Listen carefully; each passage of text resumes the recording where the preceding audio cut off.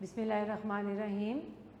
السلام علیکم اسٹوڈنٹس، میرا نام گل افشاں ہے اور اسکالر سائنس کالج کی جانب سے آن لائن کلاسز کے سلسلے میں آج سال دوئم کے حصہ نظم کا لیکچر لے کر آپ کی خدمت میں آئی ہوں۔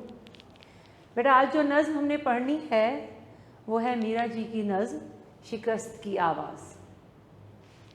تو پہلے میں یہ نظم پڑھ دوں، آسان نظم ہے، الفاظ اس کے آسان ہیں، ایسا نہیں ہے کہ آپ کو ان الفاظ کو سمجھنے میں کوئی دقت ہوگی۔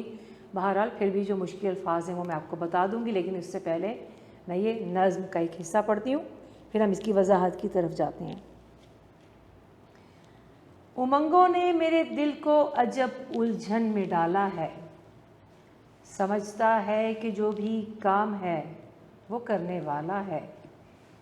یہ کہتا ہے نئے رستے دکھاؤں میں سواروں کو، یہ کہتا ہے کہ لے آؤں فلک سے ماہ پاروں کو، یہ کہتا ہے کہ صحراؤں کی دوری طے کروں پل میں، حقیقت میں یہ احساس شعوری طے کروں پل میں۔ جہان نو کو دیکھاؤں جو ہے قلب سمندر میں، بیان سنگ پالوں منجمد ہے کوہ کے سر میں۔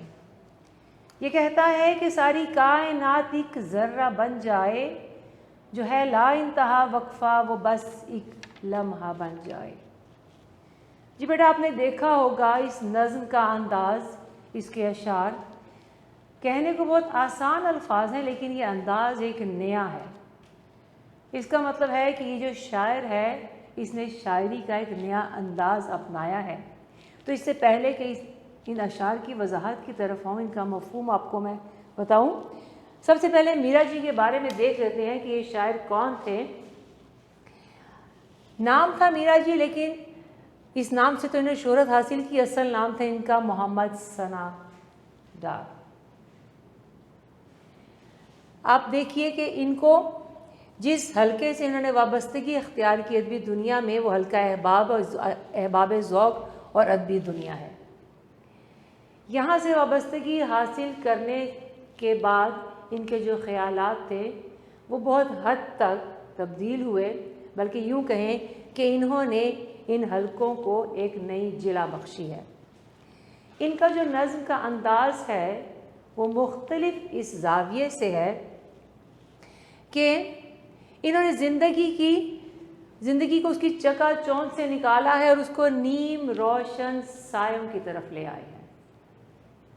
یعنی زندگی کا بالکل ایک روشن پہلو آپ کو نہیں دکھایا، بلکہ ایک تاریک پہلو کی طرف بھی آپ کو لے کر جائیں گے۔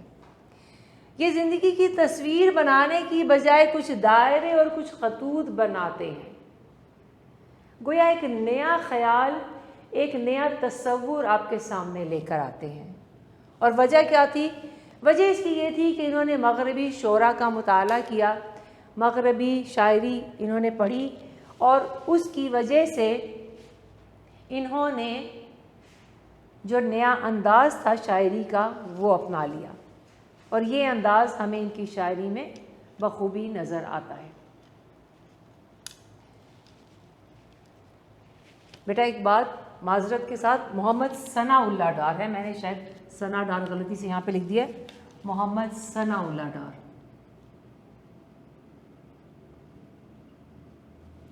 کشمیر سے ان کا تعلق تھا۔ ان کی جو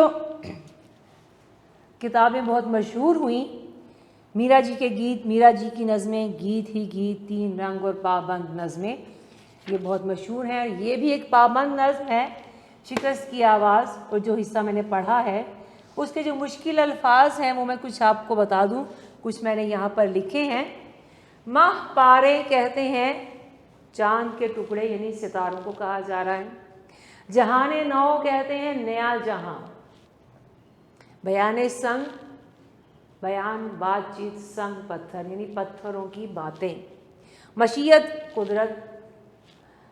پیری کہتے ہیں بڑھاپے کو۔ جی شاعر کہنا کیا چاہ رہا ہے اس نظم میں؟ امنگوں نے میرے دل کو عجب الجھن میں ڈالا ہے، سمجھتا ہوں کہ جو بھی کام ہے وہ کرنے والا ہے۔ دیکھیں بیٹا، انسان کے دل میں بہت سے جذبات ہوتے ہیں، بہت سی امنگیں ہوتی ہیں، بہت سی آرزوئیں ہوتی ہیں جن کو وہ پورا کرنا چاہتا ہے، اور وہ یہ چاہتا ہے کہ ان امنگوں کی، آرزوؤں کی تکمیل ہو جائے۔ ہزاروں خواہشیں ایسی کہ ہر خواہش پہ دم نکلے، بہت نکلے میرے ارمان لیکن پھر بھی کم نکلے۔ تو یہاں پر اپنے اسی جذبے کا اظہار کر رہا ہے کہ مجھے یوں لگتا ہے کہ بہت سے کام کرنے والے ہیں، وہ یہ چاہتا ہے کہ میں زندگی میں بہت سے بڑے بڑے کام کروں، یعنی انسان اپنے خیالات کی دنیا میں جو محل تعمیر کرتا ہے، ایک بے پایاں اور کہتے ہیں کہ ایک ایسا سمندر تخلیق کرنا چاہتا ہے جس کا کوئی کنارہ نہ ہو، لیکن اس بے پایاں بحر کی تخلیق کے ارادے سے زیادہ اس کے لیے عملی قدم بھی اٹھانا ضروری ہے۔ تو وہ کہہ رہا ہے کہ جب وہ امنگیں تکمیل نہیں پاتی تو عجب الجھن کا شکار ہو جاتا ہے۔ آگے کہتا ہے، یہ کہتا ہے نئے رستے دکھاؤں میں سواروں کو، یہ کہتا ہے کہ لے آؤں فلک سے ماہ پاروں کو۔ وہ کہتا ہے کہ میرے دل میں الجھن اس بات کی ہے کہ میں لوگوں کو گھسے پٹے خیالات سے اور گھسی پٹی جو روایات ہیں ان سے ہٹ کر ان کو نئے راستوں کی طرف گامزن کرنا چاہتا ہوں۔ وہ بلند حوصلے جو میں نے سوچ رکھے ہیں، یا وہ بلند حوصلے جو کہ میرے دماغ میں ہیں، جن کو میں عملی جامہ پہنانا چاہتا ہوں، جن کو میں عملی شکل میں سامنے لانا چاہتا ہوں، تو میں چاہتا ہوں میرے ساتھ اور بھی لوگ ہوں، میں لوگوں کو نئی راہوں کی طرف گامزن کروں، میں ان کو بتاؤں کہ اس دنیا کے علاوہ بھی دنیا ہے۔ وہ کہتا ہے لے آؤں فلک سے ماہ پاروں کو، ستاروں کو توڑ کر لے آنا، ناممکن کام کر دکھانا، یعنی وہ کام زندگی کا کر دینا جو اس سے پہلے کسی نے نہ کیا ہو۔ میں ایسا کام کرنا چاہتا ہوں، میں چاہتا ہوں میرے ساتھی بھی ایسا کام کریں، وہ زندگی کی نئی نئی راہوں پر گامزن ہوں۔ اب اس کا دل کیا کہتا ہے؟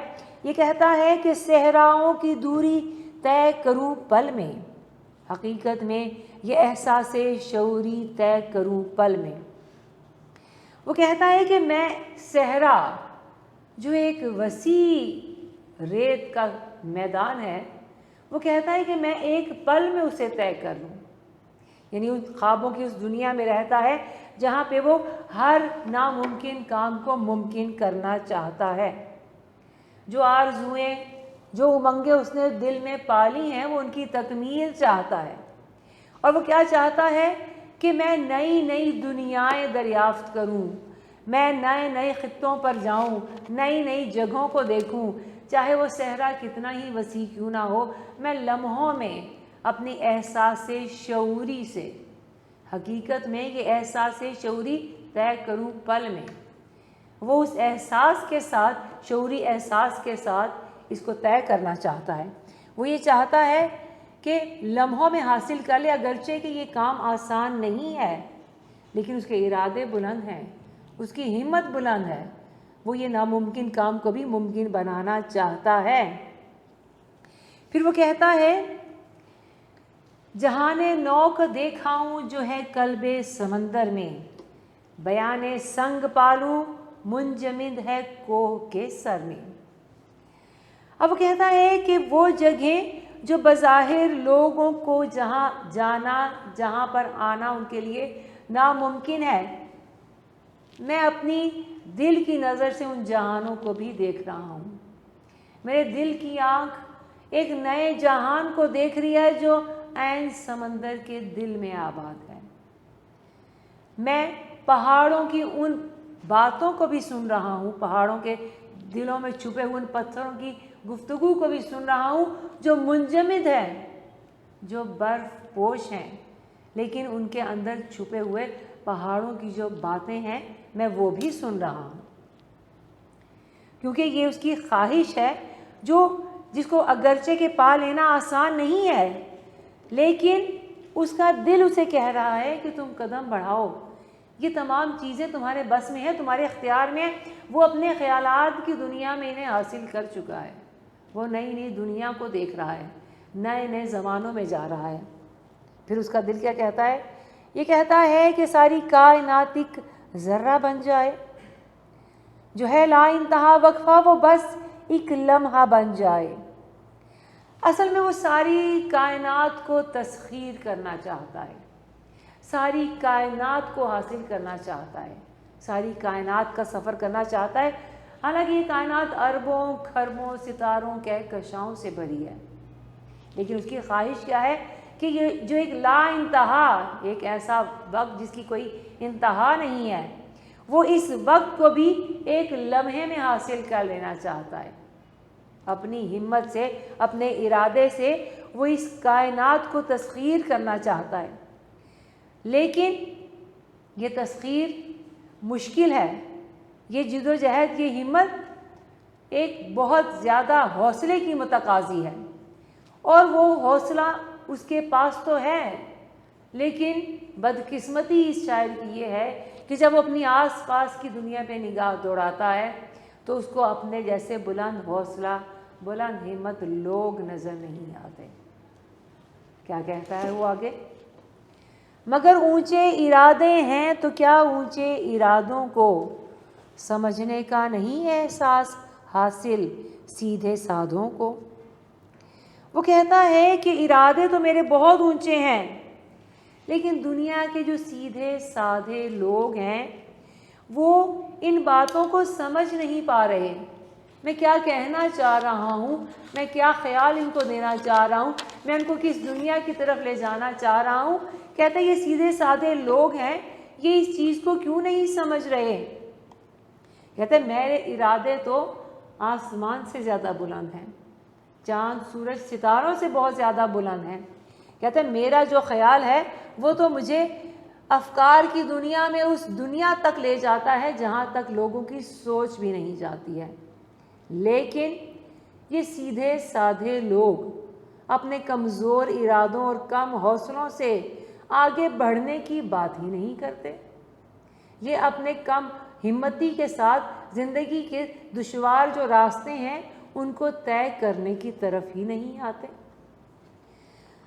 آگے کہتا ہے جہاں میں سیدھے سادے آدمی کثرت سے بستے ہیں، ہے محدود ان کی ہمت اور محدود ان کے رستے ہیں۔ اکثر ہم کہتے ہیں نا کہ زندگی ہم گزار دیتے ہیں، ایک لوگوں کو کہا جاتا ہے جی کنویں کے مینڈک کی طرح زندگی گزار دی، یعنی اس کے لیے جو کنواں ہے وہی دنیا ہے، کبھی اس نے باہر نکل کے دنیا کو دیکھنے کی کوشش ہی نہیں کی۔ ہمیں تو خود کہا جاتا ہے کہ دنیا کو تسخیر کریں، دنیا کو جانیں۔ اللہ تعالیٰ قرآن میں جا بجا انسان کو کہتا ہے، کوئی ہے جو غور کرے، کوئی ہے جو فکر کرے، کوئی ہے جو مشاہدہ کرے۔ ان مشاہدات کی دعوت دی جاتی ہے، لیکن کم ہمت لوگ، کہتا ہے مجبوری یہ ہے کہ ہمارے آس پاس جو سیدھے سادے لوگ بستے ہیں وہ بہت کم ہمت ہیں، ان کے اندر طاقت نہیں ہے۔ دراصل یہ وہ لوگ ہیں جو صرف اپنی ضرورتیں پوری کرنے کے لیے اس دنیا میں آئے ہیں۔ انہوں نے کبھی یہ نہیں سوچا کہ ان کو جو طاقت دی گئی، جو اختیار دیا گیا ہے، جو عقل دی گئی ہے، جو سمجھ دی گئی ہے اور جو شعور دیا گیا ہے، کیا انہوں نے کبھی اس کو کام میں لا کر ایک نئی دنیا کو دریافت کرنے کے بارے میں سوچا ہے؟ نہیں۔ یہ وہ لوگ ہیں بس جو ان کو مل گیا، جو ان کی قسمت میں آ گیا وہ اسی کے اوپر راضی ہیں، وہ اس سے بڑھ کر کچھ کرنے کے خواہاں نظر نہیں آتے۔ اسی لیے شاعر کہتا ہے کہ میں اگر ستارے توڑ لانے کی بات کرتا ہوں، سمندروں کی تہوں میں جانے کی بات کرتا ہوں، نئی دنیایں دریافت کرنے کی بات کرتا ہوں، تو میرے آس پاس والے لوگ، میں جب ان کو دیکھتا ہوں تو میری ہمت ٹوٹنے لگتی ہے۔ وہ جو نظم کا نام ہے شکست کی آواز، وہ اس کے کانوں میں گونجنے لگتی ہے۔ آگے کہتا ہے تمدن اور تہذیب نے پھندا ان پہ ڈالا ہے، یہ کہتے ہیں کہ ہونا ہے وہی جو ہونے والا ہے۔ گویا ان کے دلوں میں پرانے رسم اور رواج اور اپنے جو عقائد جو ان کے دل میں بسے ہیں، جو خیالات ان کے دل میں ہیں، وہ ان سے ہٹنے کے لیے تیار نہیں ہیں۔ وہ یہ سوچنے کے لیے ہی تیار نہیں ہے کہ یہ دنیا اتنی وسیع ہے، یہ کائنات کتنی وسیع ہے، کبھی اس پہ بھی ایک نگاہ ڈال لیں۔ لیکن بدقسمتی یہ ہے کہ یہ لوگ پرانے خیالات کے مالک ہیں، یعنی جو کچھ ان کو مل گیا یہ سمجھتے ہیں کہ وہی ہوگا جو ان کی تقدیر میں لکھا گیا ہے۔ انسان اپنی ہمت سے اپنی تقدیر خود بناتا ہے۔ تقدیر میں اگر کم ہمتی لکھی ہے تو اس کا مطلب یہ ہے کہ اس انسان نے خود کم ہمتی دکھائی ہے، تو رب نے وہ کم ہمتی اس کی تقدیر میں لکھی ہے۔ اگر وہ بلند حوصلے کا مظاہرہ کرنا چاہتا ہے تو یقیناً اللہ تعالیٰ نے اس کی تقدیر میں بلند حوصلہ ہی لکھا ہوگا۔ لیکن بدقسمتی یہ ہے کہ یہ وہ لوگ ہیں کہ یہ پرانے طور طریقوں سے ہٹنے کے لیے تیار نہیں ہیں۔ یہ لوگ ہر چیز کو تقدیر الہی کا نام دے کر آسانی سے فرار حاصل کر لیتے ہیں۔ آگے کہتا ہے شاعر، بدل کر کیا کریں گے ہم طریقے آج قدرت کے، ہمارے دامنوں پر ہاتھ ہوں گے کل مشیت کے۔ اب یہاں پر شاعر کہتا ہے کہ ان کو ان کی رسوم اور رواج کی اندھی تقلید نے باندھ رکھا ہے۔ آپ دیکھیے بیٹا، جب رسول پاک صلی اللہ علیہ وآلہ وسلم اسلام کا پیغام لے کر آئے تو اس معاشرے کے لیے یہ ایک نئی بات تھی، ایک نئی چیز تھی۔ انہوں نے کیا کہا؟ ہم اس رستے کو چھوڑ دیں جو ہمارے باپ دادا کا رستہ تھا۔ تو کیا کہا گیا؟ ان سے کہا گیا کہ بے شک تمہارے باپ دادا بھی کھلی گمراہی میں تھے، وہ گمراہ تھے، ان کا راستہ، ان کے رسوم اور ان کے رواج وہ کہ اللہ کی طرف سے بھیجے ہوئے قوانین نہیں تھے۔ تم ان کے مقابلے میں، ان دنیاوی رسوم اور رواج کے مقابلے میں جو اللہ نے پیغام بھیجا ہے اس کو رد کر رہے ہو۔ تو یہ حقیقت ہے کہ جب دنیا میں کوئی انسان اپنے بلند حوصلے عزم کا اظہار کرتا ہے تو اس کے ارادوں کو توڑنے کے لیے آس پاس ہی لوگ موجود ہوتے ہیں جو اس کو وہ کام کرنے سے روکتے ہیں۔ اب اس میں ان کی کم ہمتی بھی ہے یا ان کا حسد بھی ہے، لیکن یہاں پہ شاعر کہہ رہا ہے کہ اس جیسا شخص جو کچھ کرنا چاہتا ہے، جب وہ قدم اٹھاتا ہے تو کم ہمت لوگ وہ اس کو راستوں سے خوف زدہ کرتے ہیں، اسے ڈراتے ہیں، اسے نئے نئے راستے، نئی نئی دنیا تسخیر کرنے سے روکتے ہیں، لیکن اس کا جو دل ہے وہ خواب دیکھتا ہے۔ لوگ کہتے ہیں انہیں تسکین ہے پہلی لکیروں کی فقیری میں، یہ کھوئے ہیں تمنا کی ضعیفی اور پیری میں۔ وہ کہتے ہیں کہ یہ وہ لوگ ہیں جن کی بزدلی کا اور کم ہمتی کا شاعر ذکر کر رہا ہے۔ کہتے ہیں کہ لگتا ہے کہ ان کے دلوں میں بھی تمنائیں تو مچلتی ہیں، لیکن یہ لکیر کے فقیر لوگ ہیں۔ لکیر کے فقیر سے مراد وہ لوگ ہیں جو ہمیشہ بھیڑ چال میں اسی راستے پر گامزن رہتے ہیں جس پر باقی لوگ چل رہے ہیں۔ یہ ان سے ہٹ کے اپنی کوئی راہ تلاش نہیں کرنا چاہتے، یہ ان سے ہٹ کے اپنی کوئی منزل حاصل نہیں کرنا چاہتے۔ ان کے لیے نئے راستے چننا یا نئی منزل کو حاصل کرنا ہمیشہ سے مشکل کام رہا ہے، کیونکہ یہ خود کو اس مشکل میں نہیں ڈالنا چاہتے۔ ایک تو خود کو نہیں مشکل میں ڈالنا چاہتے، اور دوسرا اگر کوئی اور اس راستے پر چلنا چاہتا ہے تو اس کے بھی حوصلوں کو توڑتے ہیں۔ پھر شاعر کہتا ہے، میں ان کو دیکھتا ہوں دل پہ ہوتا ہے اثر ان کا، میں ایک مظلوم ہوں ماحول کے اس جذب ساکن کا۔ وہ کہہ رہا ہے کہ میں بھی اسی زمین کا، اسی ٹکڑے کا حصہ ہوں جہاں پر ایسے کم ہمت لوگ رہتے ہیں۔ جب وہ کم ہمتی کی باتیں کرتے ہیں تو اس کا اثر میرے دل پر بھی ہوتا ہے۔ میں مظلوم، جس پہ ظلم کیا گیا ہے، ایک ٹھہرے ہوئے رکے ہوئے شخص کی طرح ہوں جس کے ارادے اتنے بلند ہیں، جس کی سوچیں بہت بلند ہیں، لیکن آس پاس رہنے والے لوگوں کی بزدلی، ان کی اپنی ایک لکیر کی فقیری نہ ان کو خود اس دائرے سے نکلنے دیتی ہے اور نہ اپنے آس پاس والے لوگوں کا حوصلہ بڑھاتے ہیں، نہ ان کی ہمت بڑھاتے ہیں، بلکہ وہ اس کی پیروی کرتے چلے جاتے ہیں جس کے اوپر وہ برسوں سے گامزن ہیں۔ تو شاعر کہتا ہے کہ ان کی جامد سوچیں میرے بھی راستوں کو منجمد کر دیتی ہیں۔ مجھے لگتا ہے میں ایک ٹھہرے ہوئے خطے پر، جہاں پر کہیں کوئی گردش اور حرکت نظر نہیں آ رہی، میں بھی ایک ایسی جگہ پر رہتا ہوں، کیونکہ ان لوگوں کی بزدلی نے میرے اندر بھی ہمت اور حوصلے کو توڑ دیا ہے۔ آخری شعر ہے، مگر ہاں باوجود اس کے میرے دل میں جوالا ہے، امنگوں نے میری ہستی کوئی الجھن میں ڈالا ہے۔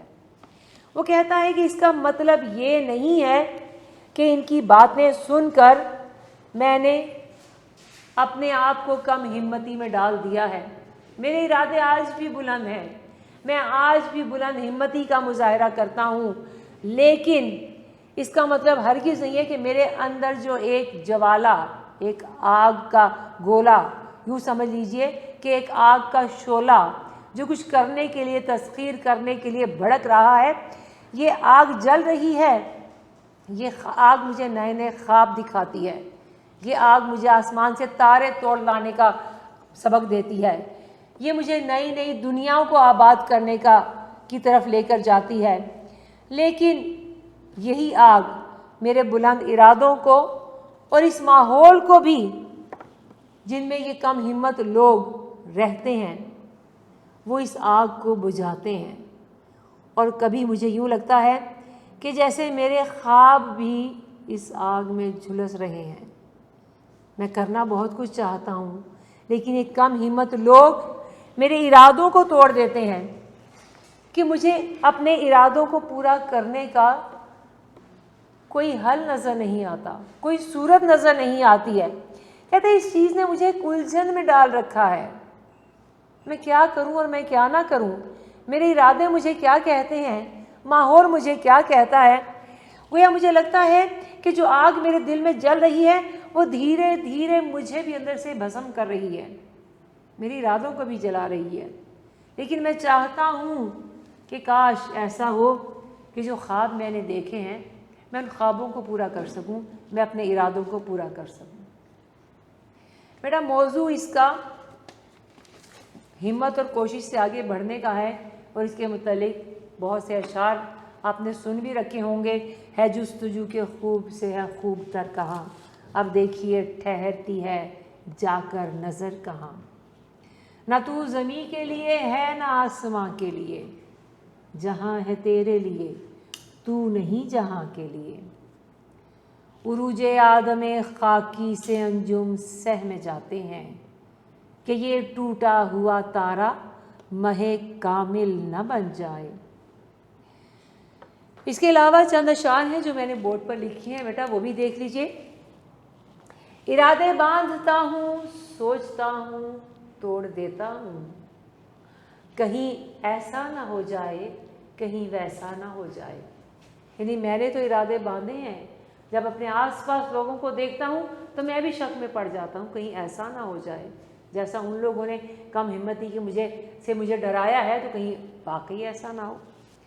اے جذبہ دل گر میں چاہوں، ہر چیز مقابل آ جائے، منزل کے لیے 2 گام چلوں اور سامنے منزل آ جائے، منزل تو ملے گی بھٹک کر ہی صحیح، گمراہ تو وہ ہیں جو گھر سے نکلے ہی نہیں۔ بھٹکنے کے بعد بھی منزل تو مل ہی جائے گی، لیکن اصل گمراہ تو وہ ہیں جو ہمت ہی نہیں کر رہے کہ ہم گھر سے نکلیں۔ پھر جو اس میں ایک موضوع تھا تقدیر کا، کہ بس جو لکھ دیا گیا ہے وہی ہوگا، ہمیں اس سے آگے جا کے کچھ کرنے کی ضرورت نہیں ہے۔ حالانکہ انسان خود اپنی تقدیر بناتا ہے۔ اقبال نے اس پہ کہا تھا، تیرے دریا میں طوفان کیوں نہیں ہے، خودی تیری مسلمہ کیوں نہیں ہے، ابس ہے شکوائے تقدیر یزداں، تو خود تقدیر یزداں کیوں نہیں ہے، تو خود کیوں نہیں اپنی تقدیر بنا رہا۔ کیوں جو کہا تھا خدا بندے سے خود پوچھے بتا تیری تقدیر، بتا تیری رضا کیا ہے۔ اب اس رضا کو حاصل کرنے کے لیے انسان کو ایک مقام تو حاصل کرنا پڑے گا نا، جہاں پہ اللہ پوچھے گا کہ تم جو کرنا چاہتے ہو بتاؤ۔ ایک اور شعر تھا یہاں پہ، میری قسمت میں ہے یہ آوارہ خرامی ساجد، دشت کو راہ نکلتی ہے نہ گھر آتا ہے۔ تو بیٹا یہ اشعار ہیں جو آپ کو اس نظم کی تشریح میں مددگار ثابت ہو سکتے ہیں۔ اب آتے ہیں اس کی مشق کی طرف۔ پہلا سوال ہے، اس نظم کا مرکزی خیال، تو بیٹا وہ میں نے بورڈ پر لکھا ہے، دیکھ لیجئے۔ اس نظم کا مرکزی خیال کیا ہے؟ شاعر اپنے بلند ارادوں اور خوابوں سے نئی منزلیں حاصل کرنا چاہتا ہے، اس کی آرزویں تو بلند ہیں لیکن وہ خود محدود اور بے بس ہے۔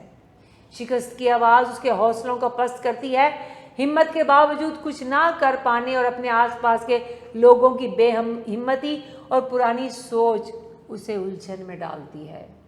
یہ سوچ دوسرے لوگوں کو بھی شکست سے دوچار کرتی ہے۔ یہی اس نظم کا مرکزی خیال ہے۔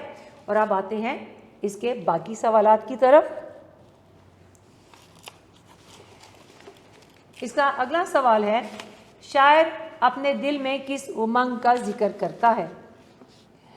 شاعر اپنے دل میں اس امنگ کا ذکر کرتا ہے کہ وہ سب کچھ کر سکتا ہے، وہ نئے نئے راستے دریافت کر سکتا ہے، نئے نئے جہان دریافت کر سکتا ہے، وہ پہاڑوں کی بلندی کو پا سکتا ہے، وہ وقت کو ایک لمحہ بنا سکتا ہے، ساری کائنات کو ایک ذرہ بنا سکتا ہے۔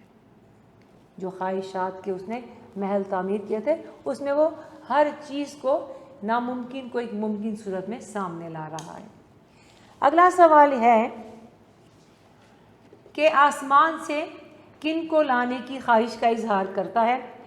شاعر کے دل میں یہ امنگ ہے کہ وہ آسمان سے ماہ پاروں کو، ستاروں کو توڑ لائے۔ یہ ایک محاوراتی انداز میں نہیں کہا جا رہا، بلکہ زندگی کی مشکلات کو، کٹھن راستوں کو، کٹھن منزلوں کو حاصل کرنے کی طرف اشارہ کیا جا رہا ہے کہ اگر انسان چاہے تو آسمان سے تارے بھی توڑ کر لا سکتا ہے۔ اگلا سوال ہے، جہان نو کہاں واقع ہے؟ شاعر کہتا ہے کہ جہان نو سمندر کے قلب میں یعنی گہرائی میں واقع ہے۔ اگرچہ کہ اس نئے جہان کو حاصل کرنا، یہاں تک پہنچنا بہت مشکل ہے، لیکن اس نے اپنے پاس جو ارادے رکھے ہیں، جو بلند ارادے ہیں، اس میں وہ سمندر کی تہ میں بھی ان جہانوں کو دریافت کرنے کا حوصلہ رکھتا ہے۔ اگلا سوال ہے، دنیا میں زیادہ تر کس قسم کے لوگ ہیں؟ دنیا میں زیادہ تر وہ سیدھے سادھے لوگ ہیں جن کی ہمت اور جن کے ارادے بہت محدود ہیں، جن کی سوچ بہت محدود ہے۔ وہ یوں سمجھیں کہ وہ لکیر کے فقیر ہیں اور اپنی تقدیر کو بدلنے پر راضی نہیں ہیں، وہ خود کچھ کرنے کے لیے تیار نہیں ہیں، اور وہ اپنے سمجھتے ہیں کہ وہ ان طور طریقوں کو، ان رسوم اور رواج کو کسی صورت بدل ہی نہیں سکتے۔ ان لوگوں کی اکثریت ہمیں نظر آتی ہے۔ اگلا سوال ہے کہ قدرت کے طریقے بدلنے میں کیا چیز حائل ہے؟ تو اس میں بھی وہی بات ہے کہ قدرت کے طریقے بدلنے میں یہی کم ہمت لوگ، یہی سیدھے سادے لوگ جنہوں نے کہا ہے کہ جو کچھ تقدیر میں لکھا ہے وہی ہوگا، وہ اس کو بدلنے پر راضی نہیں ہے، اور ہمیشہ وہی ہوگا جو لکھا ہے، انہی راستوں پر یہ چلتے رہتے ہیں، اور یہ کہتے ہیں کہ سب کچھ تقدیر کے تابع ہے اور کسی طریقے سے بھی کچھ نہیں بدلے گا۔ حالانکہ حقیقت کیا ہے کہ خدا نے آج تک اس قوم کی حالت نہیں بدلی، نہ ہو جس کو خیال آپ اپنی حالت کے بدلنے کا۔ اگلا سوال ہے، لکیر کے فقیر سے کیا مراد ہے؟ لکیر کے فقیر سے مراد وہی لوگ ہیں جو پرانے پہلے سے بنائے ہوئے راستوں کی طرف گامزن ہیں، جو کسی نئے جہان کو دریافت کرنے کی ہمت اور حوصلہ نہیں رکھتے ہیں اور کوشش بھی نہیں کرتے ہیں، اور ان رسوم اور رواج کو کی اس طریقے سے پیروی کرتے ہیں کہ گویا ایک قدم بھی ان سے ہٹے تو وہ نیست و نابود ہو جائیں گے۔ ان لوگوں کو وہ کہہ رہے ہیں کہ یہ لکیر کے فقیر ہیں، کبھی اپنی حیثیت کو، اپنے مقام کو، اپنی تقدیر کو بدلنے کے لیے رضامند نہیں ہوتے۔ اگلا سوال ہے کہ شاعر کی ذات میں الجھاؤ کی وجہ کیا ہے؟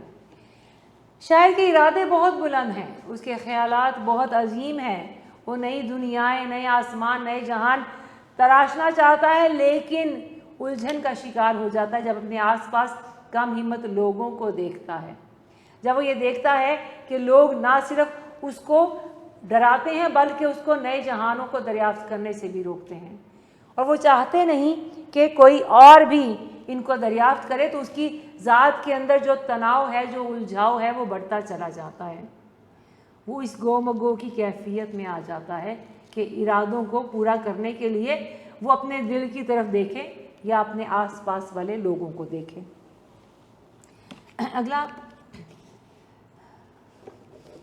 جی بیٹا، بس انہوں نے کہا کہ لکیر کا فقیر ایک محاورہ ہے۔ محاورے کی تعریف میں آپ کو بتا دیتی ہوں کہ محاورہ دو یا دو سے زیادہ الفاظ کا مجموعہ جو کہ اپنے مجازی معنی دیتا ہے، یہ اہل زبان کی خاص گفتگو کہلاتی ہے، اور یہاں پر جو لکیر کا فقیر ہونا یہ بطور محاورہ اگر اس کا استعمال کیا گیا ہے، لیکن اس کا جب ہم مفہوم لیں گے تو وہ ہم اس طرح سے لیں گے کہ یہ وہ لوگ ہیں جو ان روایات پر رسوم پر چل رہی ہیں جن سے کہ ہٹ کے یہ چلنے کی کبھی کوشش ہی نہیں کرتے ہیں، ہمیشہ سے جو بنے ہوئے طور طریقے ہیں وہ انہی پر گامزن رہتے ہیں۔